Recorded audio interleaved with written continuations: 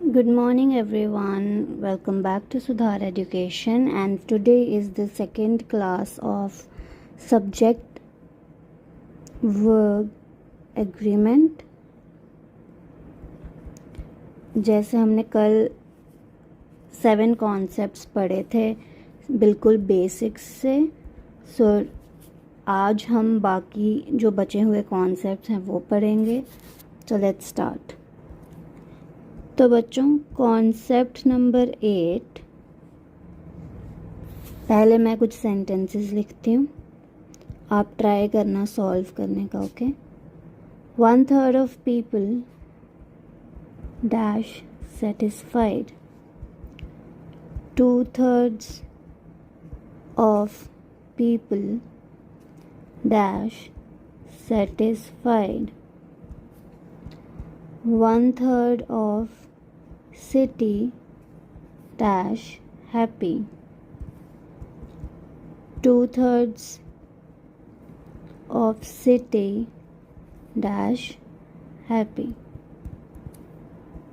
तो बच्चों, यहाँ जो हमारे आंसर आएंगे वो है आर, इज. अब ये कॉन्सेप्ट कहता है कि अगर कोई फ्रैक्शन या फिर परसेंटेज दिया हो तो जो वर्ब्स होंगी वो होल के अकॉर्डिंग आएंगी. यानी कि जिस चीज़ का फ्रैक्शन या परसेंटेज दी गई है उसी के अकॉर्डिंग हमारी वर्ब आएगी. या फिर हम कह सकते हैं कि नियरेस्ट वर्ड के अकॉर्डिंग हमारी वर्ब आएगी. जैसे यहाँ पे पीपल हमारा प्लूरल है, दैट्स वाई हमने आर यूज़ किया. यहाँ पे भी पीपल इज़ प्लूरल तो आर का यूज़ हुआ. सिटी सिंगुलर है इसीलिए इज़, और यहाँ पे भी इज़. ठीक है. और यहाँ होल से मतलब है कि 1/3 किसका है, पीपल का. तो इस पूरी चीज़ को कंसीडर करके ही हम वर्ब का यूज़ करेंगे. तो ये था concept number 8. Now let's move forward.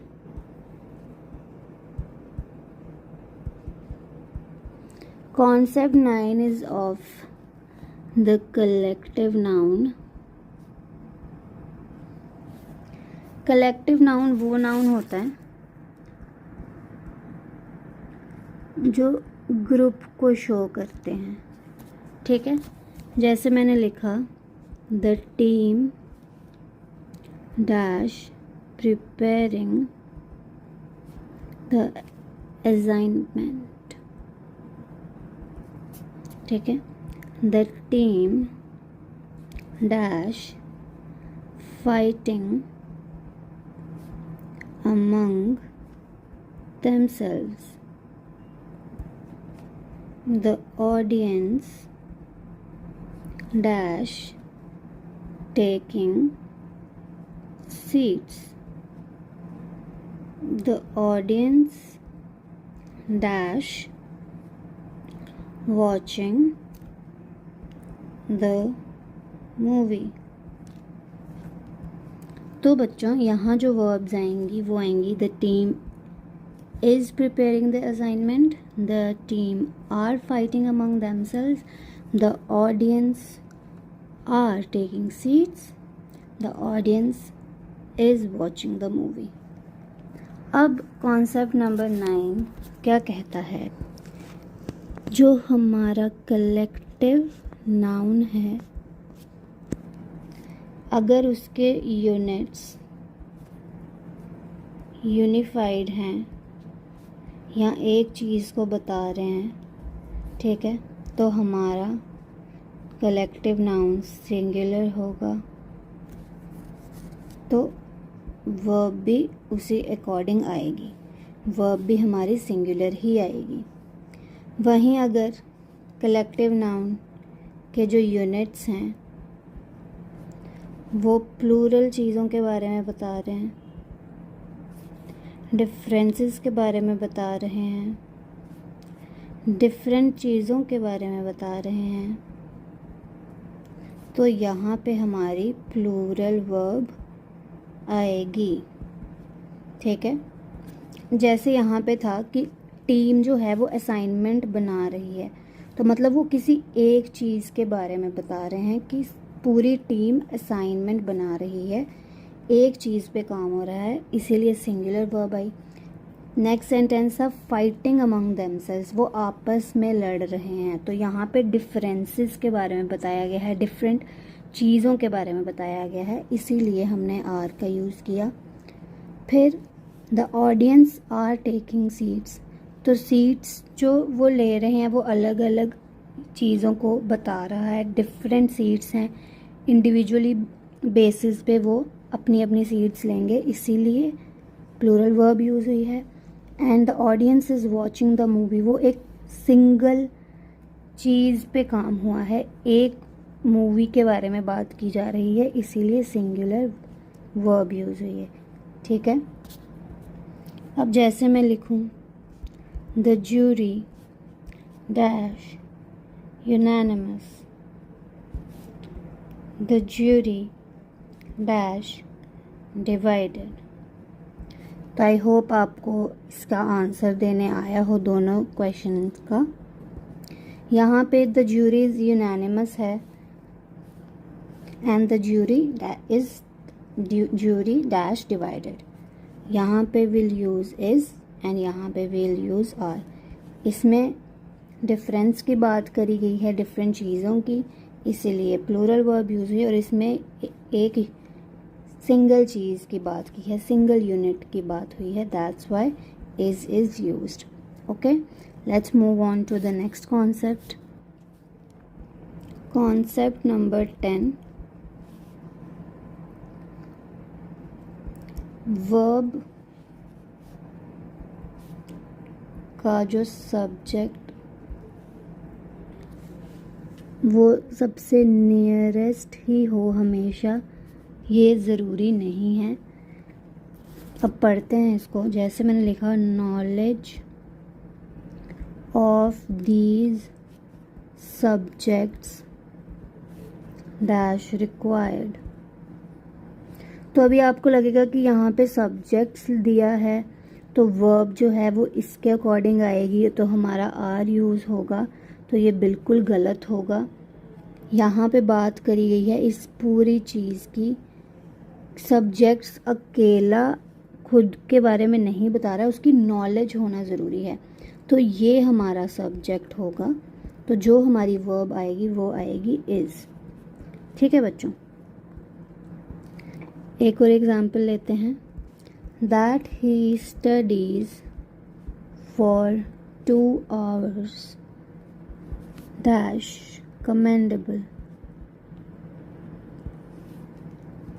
यहाँ पे है कि ये बात है कि वो 2 घंटे पढ़ता है। ठीक है, तो इस पूरी चीज़ की बात करी गई है, इसीलिए यहाँ पे सिंगुलर वर्ब यूज़ होगी।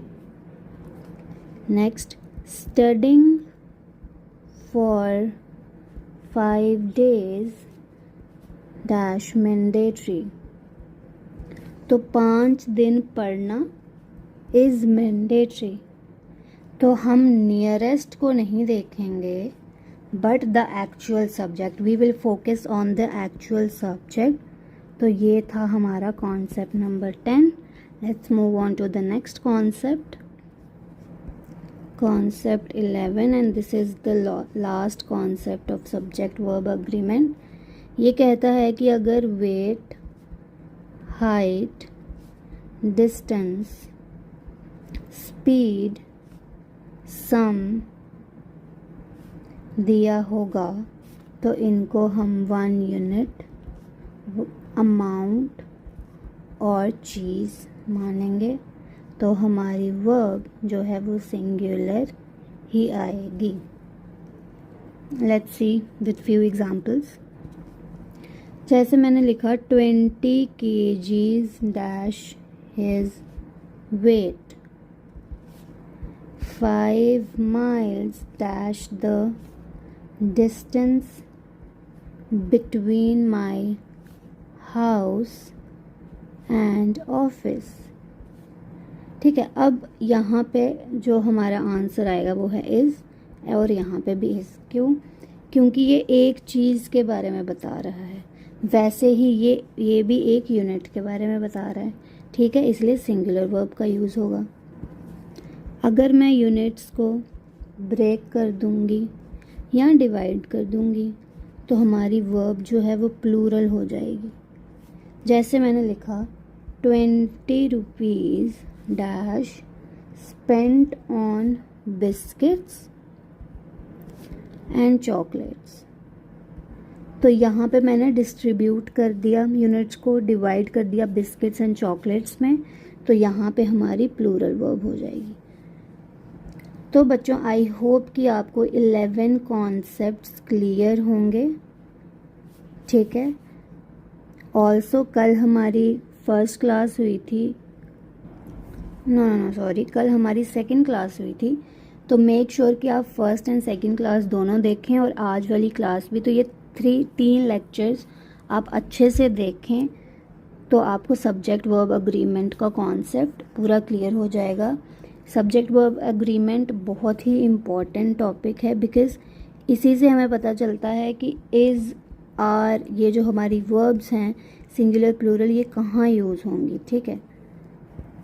अब कुछ एरर स्पॉट करने वाले क्वेश्चंस कर लेते हैं जिनसे आपको क्लियर हो जाएगा कॉन्सेप्ट और भी ज़्यादा, और फिर उसके बाद हम अपना लेक्चर एंड कर देंगे। ओके बच्चों,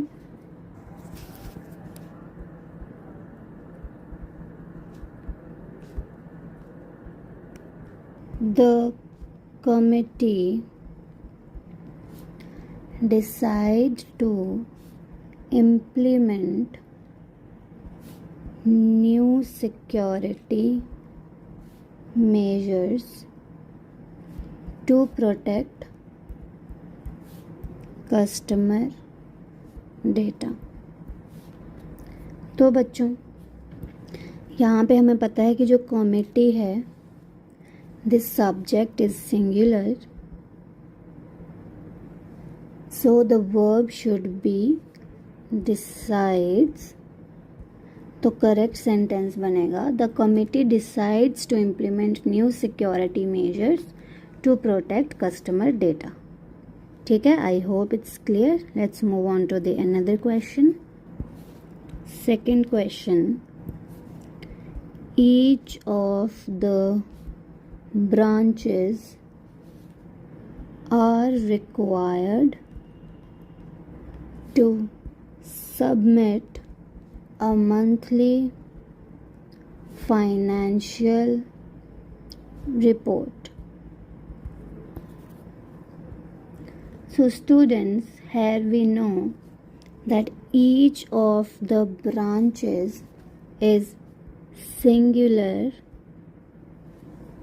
so the verb should be is। तो जो करेक्ट सेंटेंस बनेगा वो बनेगा each of the branches is required to submit a monthly financial report। Third sentence देखते हैं अब। The bank's management team has announced that they will be opening 3 new branches next quarter। Also students make sure कि आप भी video को pause करके इन questions को पहले खुद सॉल्व करने की कोशिश करें और फिर उसके बाद आप एक्सप्लेनेशन सुनें कि क्या है एक्चुअल एक्सप्लेनेशन, ठीक है। तो यहाँ पे जैसे the banks management team, this is considered singular and has announced, correctly agrees with it. तो इस सेंटेंस में कोई भी एरर नहीं है, ठीक है। Neither the loan officer nor the bank manager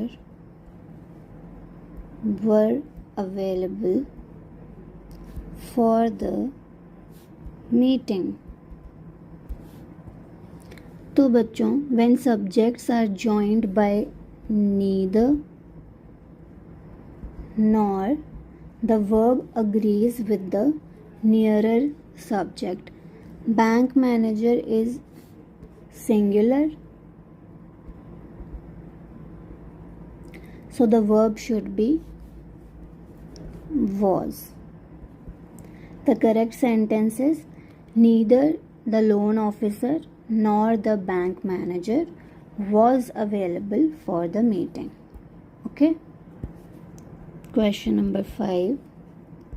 The number of clients visiting the branch have increased significantly.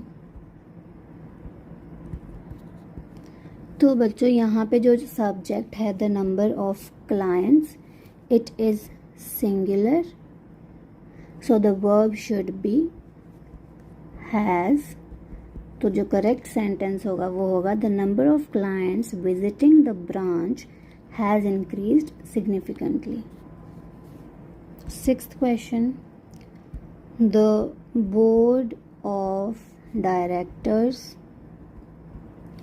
is meeting next week to discuss the annual budget. So students, here the subject board of directors is considered singular, so is meeting is correct. There is no error in this sentence. Question number 7. A series of training sessions have been scheduled for the new employees. तो बच्चों हमारा जो subject है a series of training sessions, ये singular है, so the verb should be has. तो corrected sentence होगा a series of training sessions has been scheduled for the new employees. Question number 8. Either the CEO or the CFO are expected to present the quarterly results.